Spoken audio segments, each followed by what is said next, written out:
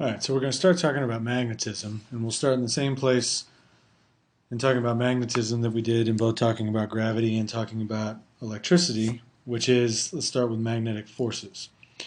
And again, let's sort of connect this as strongly as we can to the two fields that we've already discussed. So we said gravitational force acting on a mass in a gravitational field is given by this expression. So the gravitational force is a vector. It's equal to mass times the gravitational field vector. The electric force and a charge in an electric field, well, that's the electric force is given by charge times the electric field vector. And the magnetic force on a moving charge in a magnetic field is given by, so we use B to talk about magnetic things. So this is our notation for the magnetic force. It's equal to, well, here's our Q, but since we need it to be a moving charge, there's the velocity of our charge, and then B is the magnetic field.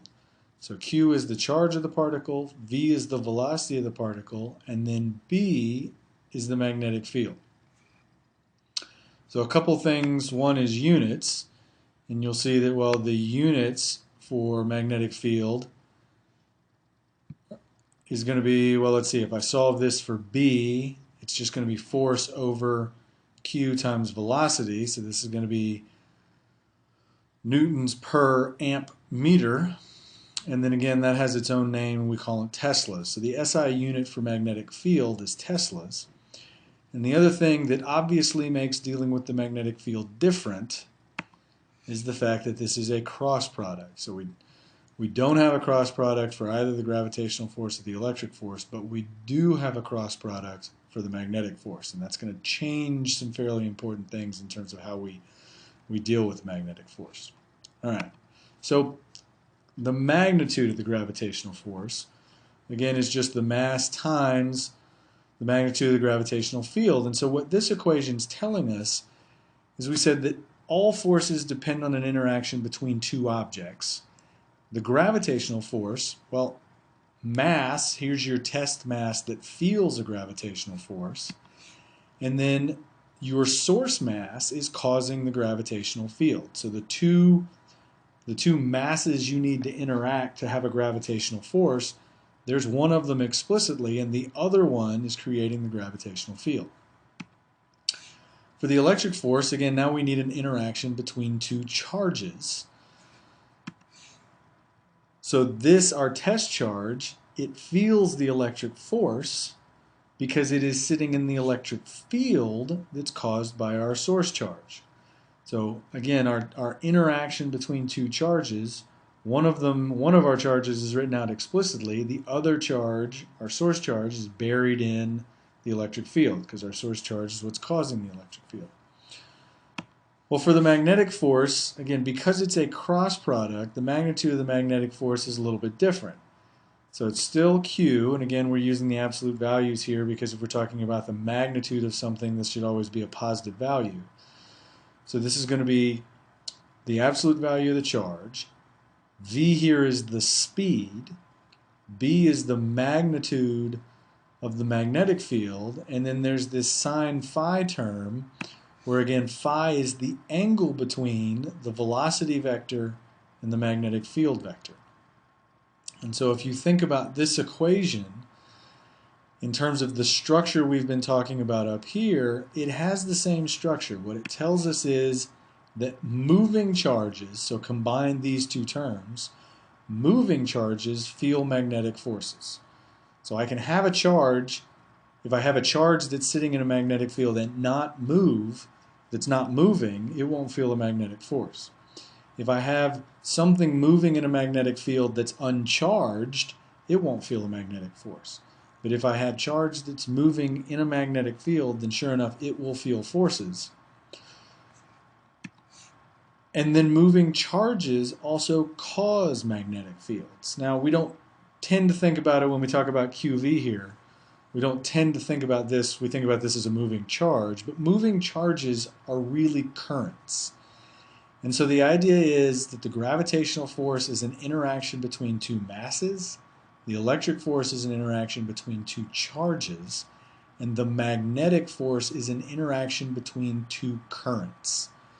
We just happen to have a current that's caused by having a charge move around. That's our test current, if you will. And our source current is the current that's generating the magnetic field that our test current is moving around in. So it has the same structure as these other forces because all forces happen to be interactions between two objects.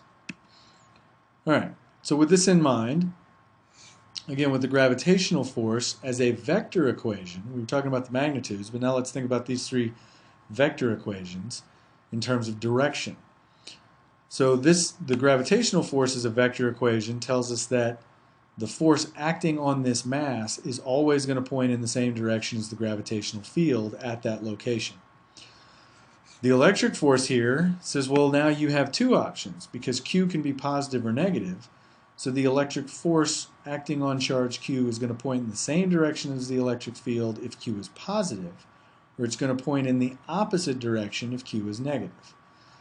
The magnetic force, because of this cross product, it says that the magnetic force acting on charge Q is always going to be perpendicular to the plane defined by V and B.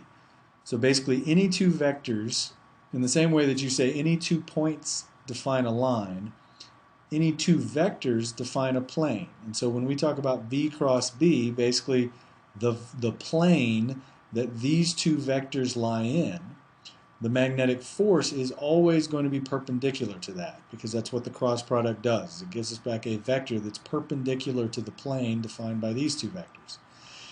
And if Q is positive, then the magnetic force will point in the direction of V cross B.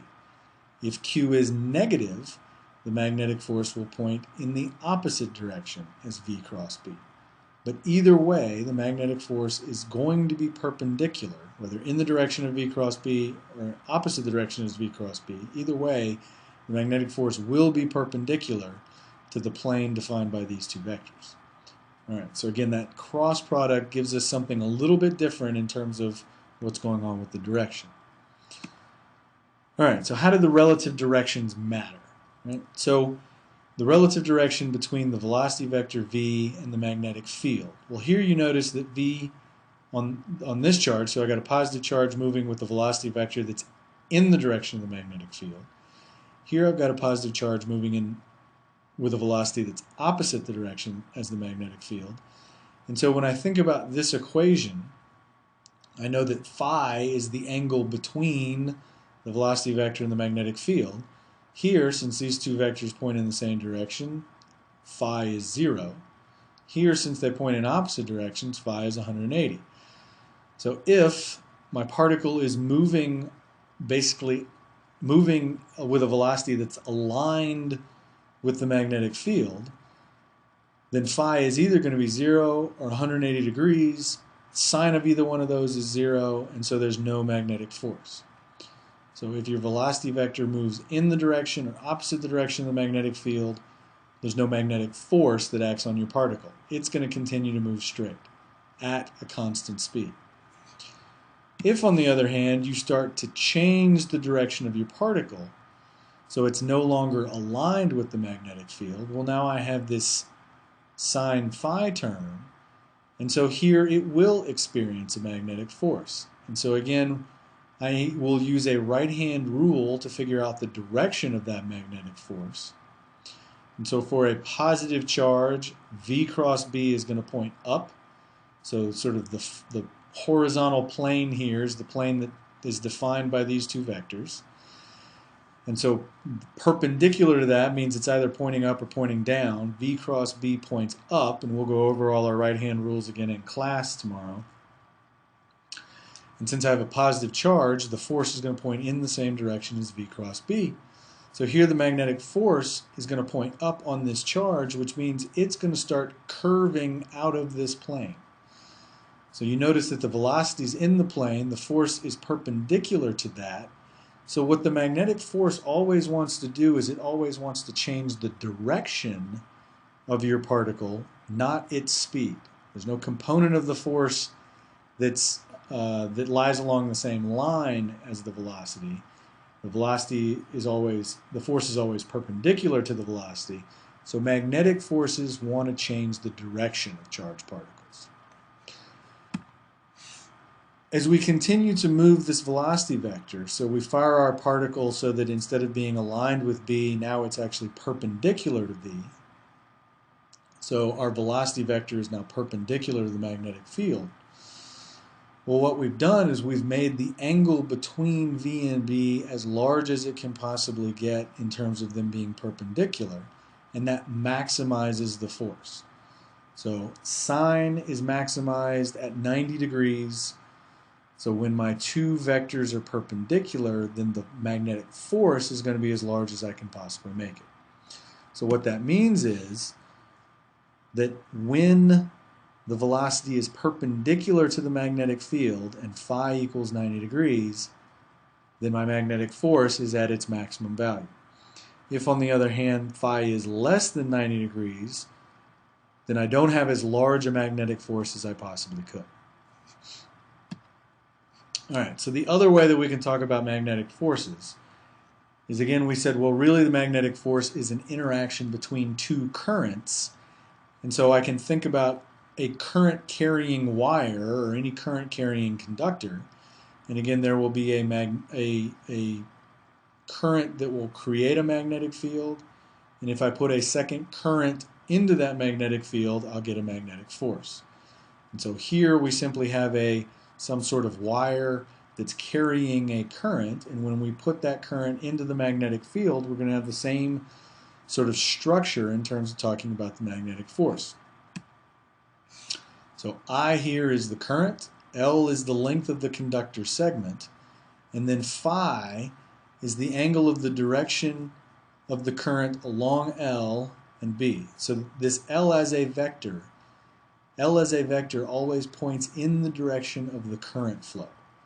And so basically this is our cross product. The angle we care about here is the angle between the direction the current is flowing and the direction of the magnetic field.